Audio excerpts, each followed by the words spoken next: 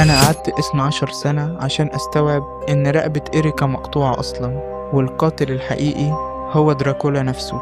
ركزت قبل كده إن إريكا دايما لابسة هيكول أبيض عشان تداري رقبتها، ومافيس كمان طول السنة لابسة سويتر أسود برقبة عالية، وحتى مارسا كانت بتستخدم عقد أحمر ضخم عشان تغطي منطقة رقبتها. بالظبط، تفتكروا إيه السر؟ الحقيقة إن دراكولا طول عمره بيزود قوته عن طريق قطع الرقاب، وعيلة دراكولا بيغطوا رقبتهم عشان يداروا الجانب المرعب والشرير منه. لو رجعنا للجزء الأول هتلاقي إنه عشان يمنع مافيس تروح لعالم البشر قدر يبني مدينة كاملة وهمية من الهوا، وخلى آلاف الوحوش يمشوا ورا كلامه عشان يخدع بنته، وده كفاية يوريك قوته وصلت لفين.